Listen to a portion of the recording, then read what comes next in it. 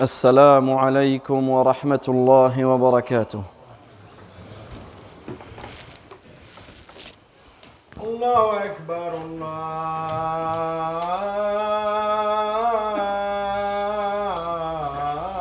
أكبر. أشهد أن لا إله إلا الله.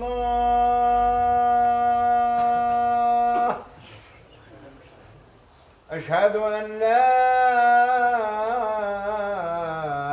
إله إلا الله. أشهد أن محمدًا رسول الله.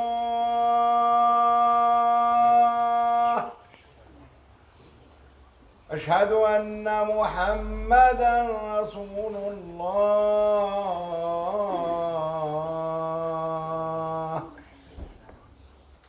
حي على الصلاة.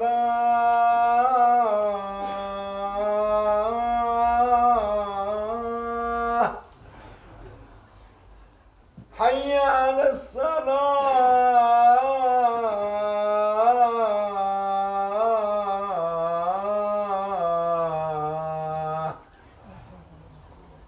حي على الفلاح.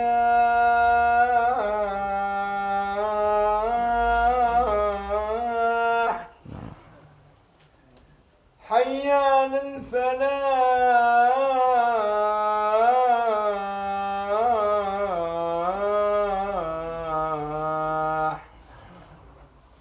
الله أكبر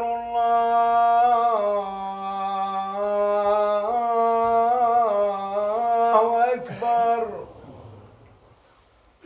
لا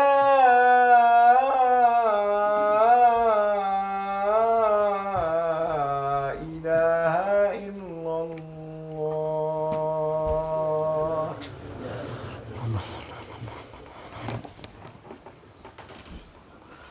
إن الحمد لله نحمده ونستعينه ونستغفره ونعوذ بالله من شرور أنفسنا ومن سيئات أعمالنا. من يهده الله فلا مضل له ومن يضلل فلا هادي له.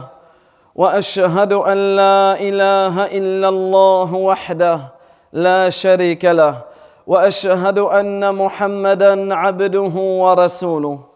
يا أيها الذين آمنوا اتقوا الله حق تقاته ولا تموتن إلا وأنتم مسلمون. يا أيها الناس اتقوا ربكم الذي خلقكم من نفس واحدة وخلق منها زوجها وبث منهما رجالا كثيرا ونساء. واتقوا الله الذي تساءلون به والأرحام إن الله كان عليكم رقيبا. يا أيها الذين آمنوا اتقوا الله وقولوا قولا سديدا يصلح لكم أعمالكم ويغفر لكم ذنوبكم ومن يطع الله ورسوله فقد فاز فوزا عظيما. أما بعد، فإن أصدق الحديث كتاب الله وخير الهدى هدى محمد صلى الله عليه وسلم وشر الأمور محدثاتها وكل محدثة بدعة وكل بدعة ضلالة وكل ضلالة في النار. أيها المسلمون عباد الله، روى الإمام أحمد في مسنده وابن حبان في صحيحه وغيرهما عن عبادة بن صامت رضي الله عنه عن النبي صلى الله عليه وسلم أنه قال: اضمنوا لي 6 من أنفسكم أضمن لكم الجنة: اصدقوا إذا حدثتم، وأوفوا إذا وعدتم، وأدوا إذا اؤتمنتم، واحفظوا فروجكم، وغضوا أبصاركم، وكفوا أيديكم. Chers serviteurs d'Allah tabaraka wa ta'ala, je vous recommande ainsi qu'à moi-même la crainte d'Allah tabaraka wa ta'ala. Et celui qui craint Allah azza wa jal est celui qui se soumet aux ordres d'Allah tabaraka wa ta'ala. Celui qui craint Allah, c'est celui qui s'écarte de ce qu'Allah azza wa jalla lui a interdit. Et celui qui craint Allah tabaraka wa ta'ala obtiendra la plus belle des vies, ici-bas comme dans l'au-delà. Chers serviteurs d'Allah azza wa jalla, l'imam Ahmad rahimahullah rapporte dans son Musnad, ainsi qu'Ibn Hibban rapporte dans son Sahih, et bien d'autres savants du hadith ont rapporté d'après Ubadah ibn Samit radiyallahu anhu que le prophète sallallahu alayhi wa sallam a dit: garantissez-moi 6 choses de votre part, je vous garantis le paradis. Garantissez-moi 6 choses de votre part, je vous garantis le paradis. Soyez véridiques lorsque vous parlez. Ne manquez pas à vos promesses lorsque vous promettez. Rendez à celui qui vous a confié quelque chose. Préservez votre chasteté. Baissez le regard et ne causez pas du tort aux gens. Chers serviteurs d'Allah, tabaraka wa ta'ala, il est connu chez les gens que lorsqu'il y a une garantie, la garantie est une marque de confiance. Et beaucoup de personnes donnent de l'importance à la garantie. Lorsqu'ils achètent quelque chose, lorsqu'ils achètent une marchandise, ils vont passer en priorité la marchandise qui est garantie. Cela va être une marque de confiance et une facilité pour le vendeur. De plus, c'est encore plus un gage de confiance lorsque cette garantie vient d'une personne qui est elle-même de confiance. Lorsque la personne qui t'a garanti quelque chose est elle-même une personne véridique, une personne qui tient ses promesses, une personne qui tient son engagement, la garantie dans ce cas-là, elle prend encore plus de valeur. Alors, avec le hadith que nous venons d'entendre, que dire que celui qui nous garantit, c'est le messager d'Allah, sallallahu alayhi wa sallam, le véridique des véridiques, celui qui ne parle pas sous l'effet de sa passion, celui qui parle seulement sous la révélation inspirée. Et que dire, chers serviteurs d'Allah azza wa jal, que la chose que le prophète sallallahu alayhi wa sallam nous garantit, c'est le paradis. Un paradis, ce paradis qu'Allah tabaraka wa ta'ala a réservé pour ses serviteurs, un paradis qui est plus vaste que les cieux et que la terre, un paradis qu'Allah tabaraka wa ta'ala a préparé pour ses serviteurs pieux, un paradis où ce qui est dans le paradis, c'est ce qu'aucun œil n'a vu, ce qu'aucune oreille n'a entendu, ce qu'aucune personne ne peut même imaginer. Naam. Le prophète sallallahu alayhi wa sallam nous a ordonné, nous a recommandé 6 choses d'une simplicité parfaite. 6 choses très simples, très faciles, qui ne te prennent pas de gros efforts. 6 choses, si tu les fais. 6 caractéristiques, si tu ornes ton comportement de ces 6 caractéristiques, tu seras assuré, tu seras garanti d'aller au paradis. D'aller au paradis. C'est pour cela que le prophète alayhi salatu wassalam nous a incité de faire ces choses-là. À nous de les comprendre et à nous de les appliquer. أيها العباد فأما الأول من هذه الخصال فهو الصدق في الحديث. فالمؤمن صادق في حديثه لا يعرف الكذب إليه سبيلا ولا يزال محافظا على الصدق في حياته إلى أن يفضي به صدقه إلى الجنة. Quant à la première des œuvres, la première des caractéristiques, c'est le fait d'être véridique dans tes paroles. Le croyant, le musulman est véridique dans ses paroles. Il ne connaît pas le mensonge. Le mensonge ne doit être à aucun moment une solution pour te débarrasser de telle chose ou pour te démêler de tel problème. Sois véridique, peu importe la conséquence. Sois véridique dans toutes les choses, dans tous les moments de ta vie. Et au plus où tu vas être véridique, au plus où tu vas préserver cette véracité dans ta vie, cela va te mener au paradis. Le prophète alayhi salatu wa salam, il dit alaykum bis-sidq. Dites toujours la vérité, soyez véridique. Fa inna as-sidqa yahdi ila al-birr. Car la vérité, elle va guider vers quoi? Vers la piété, vers la bonté. وَإِنَّ الْبِرَّ يَهْدِي إِلَى الْجَنَّةِ. Et la bonté, la piété, elle va te guider vers le paradis. وَمَا يَزَالُ الرَّجُلُ يَصْدُقُ وَيَتَحَرَّى الصِّدْقَ حَتَّى يُكْتَبَ عِنْدَ اللَّهِ جَلَّ وَعَلَى صِدِّيقًا. et la personne ne cesse de dire la vérité, même si des fois elle en paye les conséquences, la personne ne cesse d'être honnête, ne cesse d'être véridique, ne cesse de dire la vérité, jusqu'à ce qu'elle soit inscrite auprès d'Allah tabaraka wa ta'ala comme quelqu'un de véridique. Et on connaît la récompense des véridiques. Alors, dans une version du hadith, alors que le mensonge mène à la perversion et la perversion mène à l'enfer, et la personne ne cesse de mentir jusqu'à ce qu'il soit inscrit, écrit auprès d'Allah tabaraka wa ta'ala comme étant un menteur. C'est pour cela que nous devons craindre Allah Azza wa Jal sur nos paroles et de toujours dire la vérité. Parce que malheureusement, nous sommes dans une société où le mensonge est un fléau, où l'on ment comme on respire. Le fait de mentir, c'est devenu normal. On va mentir à sa femme, la femme va mentir au mari, on va mentir aux enfants, les enfants vont mentir aux parents, l'élève va mentir au professeur, le professeur va mentir à l'élève, l'employé va mentir à son employeur et ainsi de suite. Le mensonge est devenu quelque chose très simplement pour se démêler d'une histoire. Je suis en retard, je vais mentir. J'ai fait ceci, je vais mentir. J'ai pas fait ceci, je vais mentir. Non. Le mensonge ne doit pas être une habitude. Cela ne doit même pas être une seule fois dans ta vie. Tu te dois de ne pas prendre cette habitude qui est de mentir parce qu'en réalité, c'est un grave péché. أيها العباد وأما الخصلة الثانية فهي الوفاء بالوعد والالتزام بالعهد وهي سمة من سمات المؤمنين وعلامة من علامات المتقين والوفاء صفة أساسية في بنية المجتمع حيث تشتمل سائر المعاملات.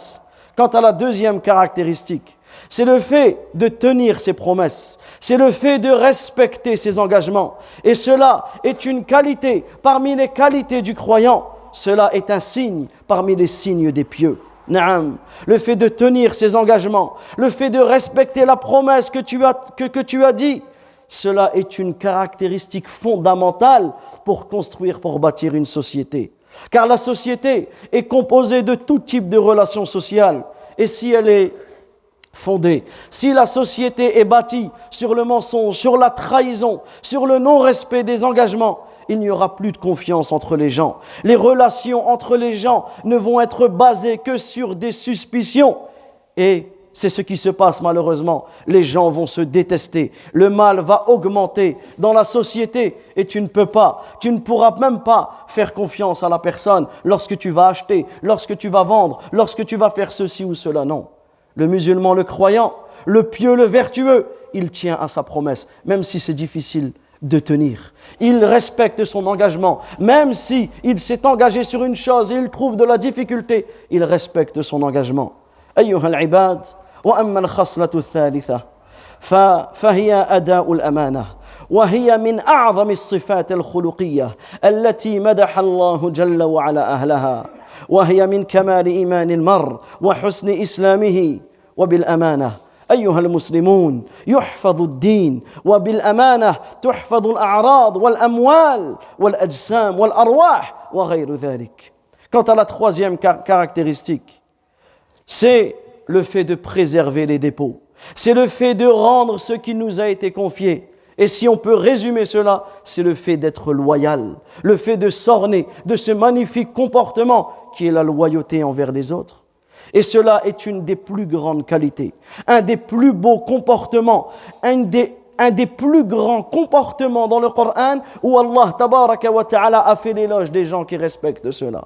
Celui qui va respecter, qui va préserver le dépôt, c'est la qualité des prophètes. Cela fait partie du bel islam, cela fait partie de la foi complète.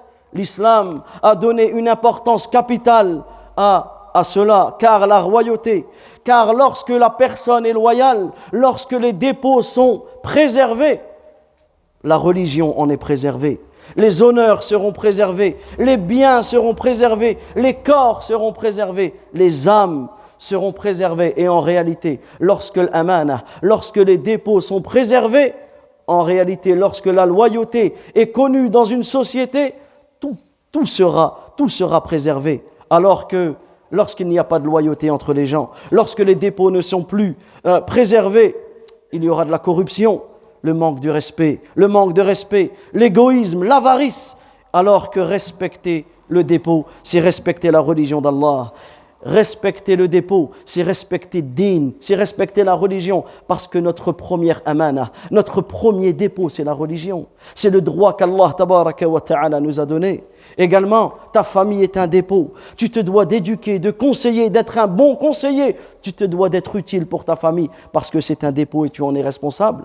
Ton travail, c'est une amana. Lorsque ton employé, il te paye pour une certaine mission, c'est un dépôt, c'est une amana. Tu te dois de respecter chaque minute, chaque chose qu'il t'a demandé, chaque chose pour laquelle tu es rémunéré. Tu te dois de le respecter.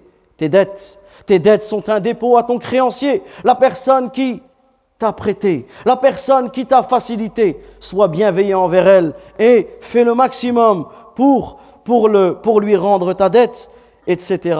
Parmi les choses, chers serviteurs d'Allah Azza wa Jal, ces 3 premières caractéristiques. Lorsque la personne se préserve de cela, lorsque la personne a ces 3 caractéristiques, il va se préserver par cela contre l'hypocrisie. Puisque le prophète, alayhi salatu wa salam, il dit, il y a 3 choses. Elles ne sont pas réunies chez une personne. Si ces 3 choses sont réunies chez une personne, il fait partie des hypocrites. Et écoutez ce qu'il dit le prophète, alayhi salatu wa salam. 3 choses. Si elles sont chez une personne, alors c'est un hypocrite. Même s'il jeûne, même s'il prie, même s'il fait le hajj et la umrah, même s'il dit « innani muslim », même s'il dit et il proclame qu'il est musulman. Écoutez, lorsqu'il parle, il ment. Lorsqu'il promet, il ne tient pas à sa promesse. Et lorsqu'on lui confie, lorsqu'on lui confie le dépôt, il trahit. Qu'Allah tabaraka wa ta'ala nous préserve de ces choses-là et qu'Allah azza wa jal fasse que l'on soit de ceux qui entendent et qui appliquent. أقول قولي هذا وأستغفر الله لي ولكم ولسائر المؤمنين من كل ذنب إنه ولي ذلك والقادر عليه فاستغفروه يغفر لكم إنه هو الغفور الرحيم. تقاربوا, essayez d'avancer au maximum. بارك الله فيكم.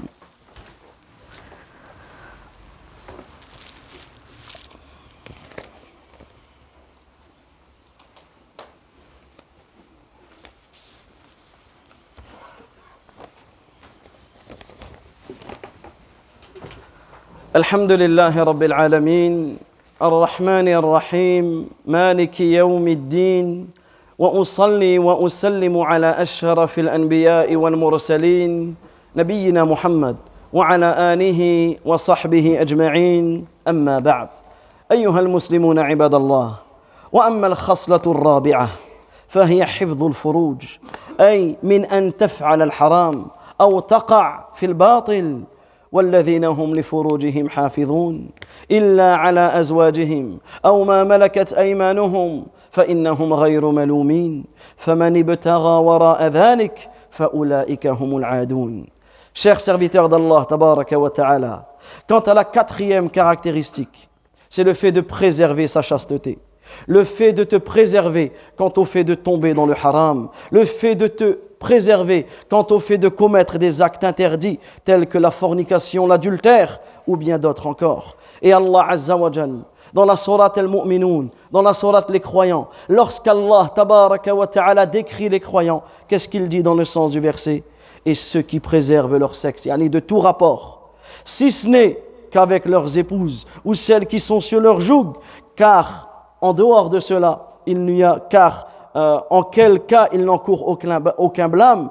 Et celui qui recherche en dehors de cela, celui qui recherche le rapport intime en dehors de son épouse, celui qui tombe dans le haram, ce sont eux les transgresseurs, ceux qui ont transgressé la loi d'Allah tabaraka wa ta'ala, ceux qui ont désobéi à l'ordre d'Allah azza wa jal.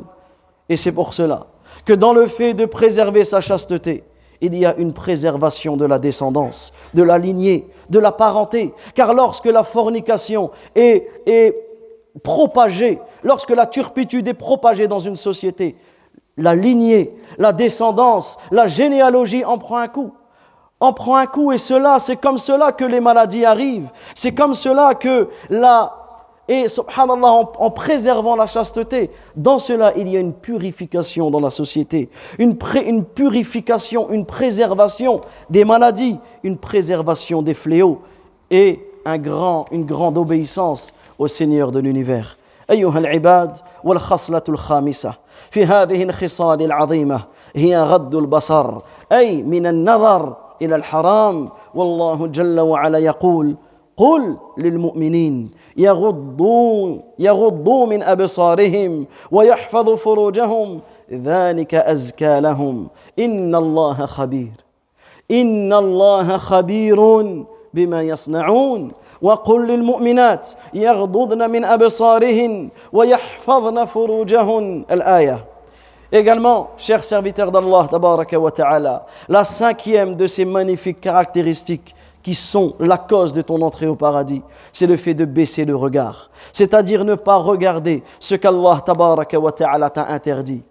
Et regardez la situation, la vie que nous menons, la société dans laquelle nous vivons, l'époque dans laquelle nous vivons, où nous sommes attachés, accrochés à nos téléphones, où du matin au soir nous avons des écrans sous les yeux. Si ce n'est pas la télé, c'est l'ordinateur. Si ce n'est pas l'ordinateur, c'est la tablette. Si ce n'est pas la tablette, c'est le téléphone. Si ce n'est pas le téléphone, c'est ceci, c'est cela. Partout, nous sommes appelés, nous sommes attaqués de toutes parts par le fait, alors qu'en réalité, il y a quoi de plus beau dans notre époque que de se rappeler de ce verset où Allah tabaraka wa ta'ala il dit aux croyants de baisser les yeux et de se préserver de tout rapport. Cela est plus pur pour eux. Allah, il est le khabir. Allah, tabaraka wa ta'ala, il connaît parfaitement.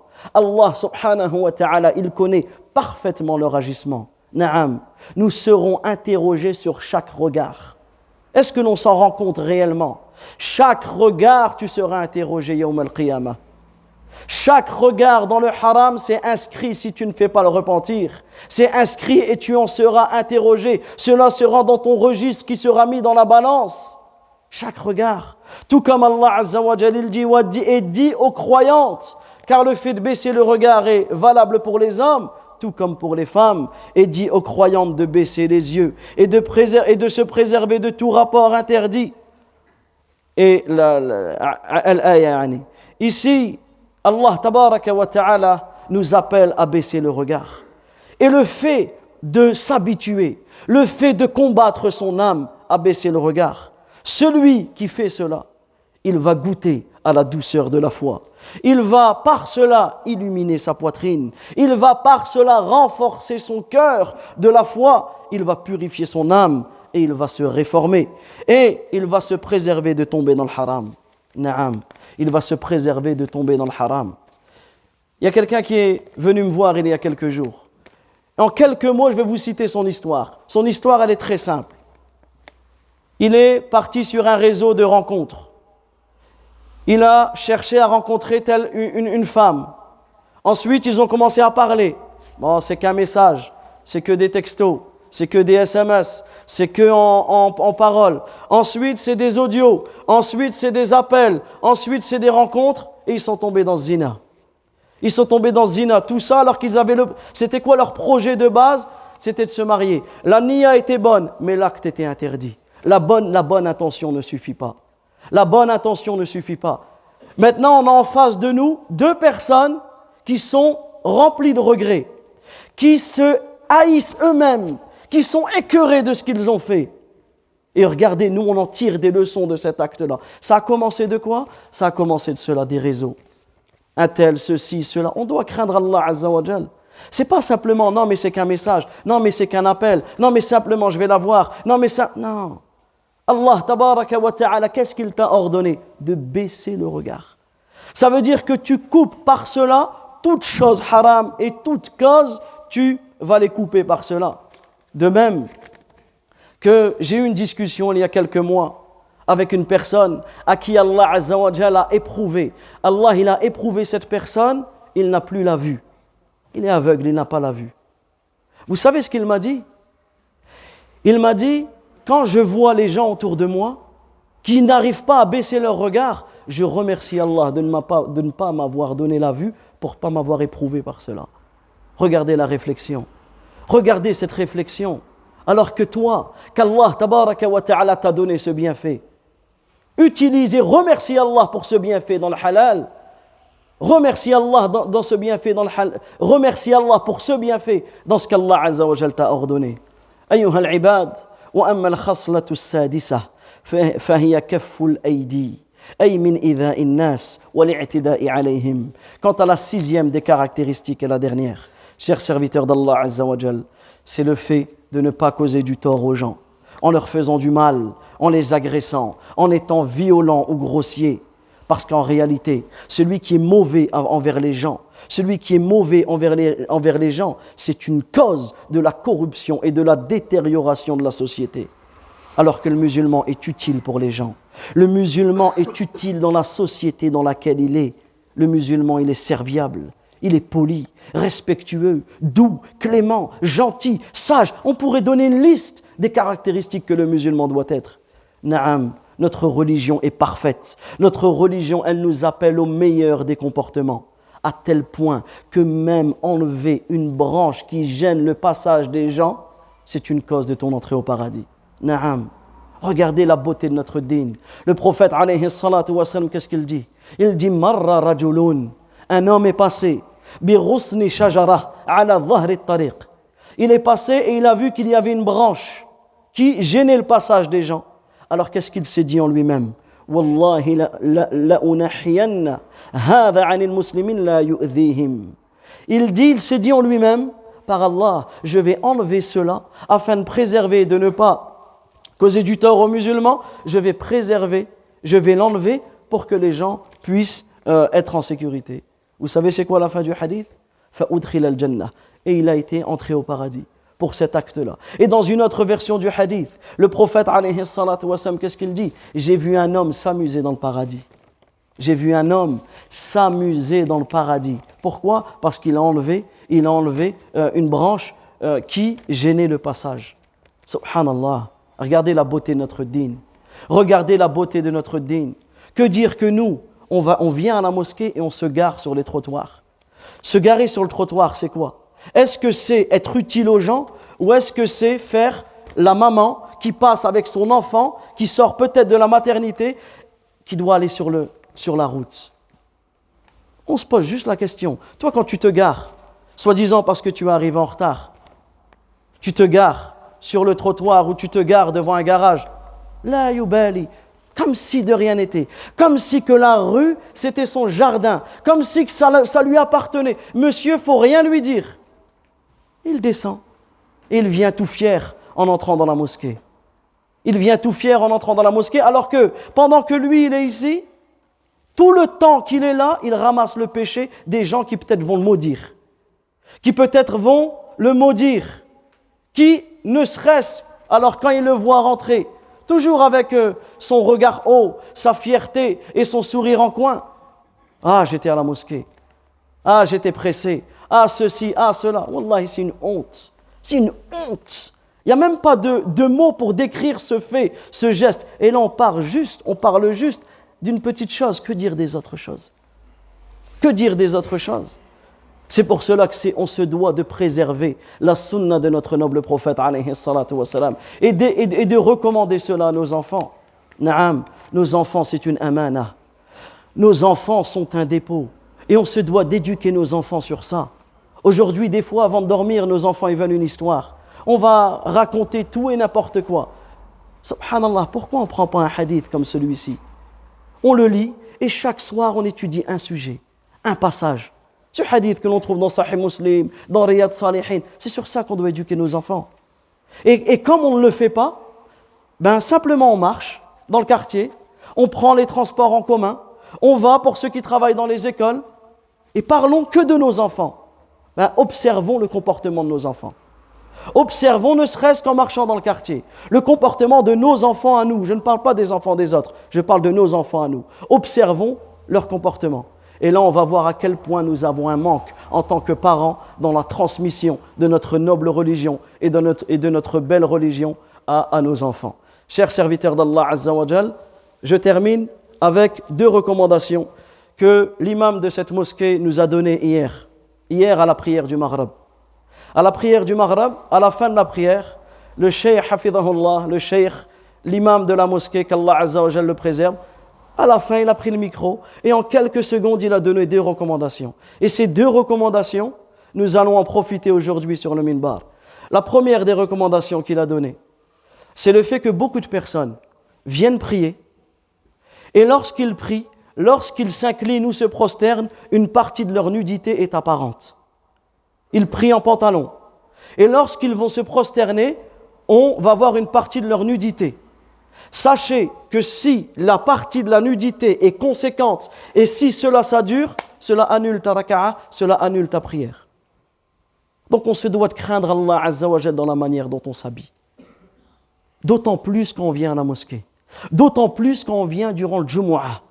Jumu'ah, ce sont les plus beaux habits. Des habits parfumés, des habits propres, des habits où nous allons, au plus où tu t'habilles bien, au plus où tu donnes de l'importance à ce que tu vas faire. Et la deuxième recommandation qu'il a donnée, parce qu'en réalité, on pourrait faire une khutbah que sur ces deux recommandations. La deuxième recommandation qu'il a donnée, c'est de craindre Allah dans nos téléphones.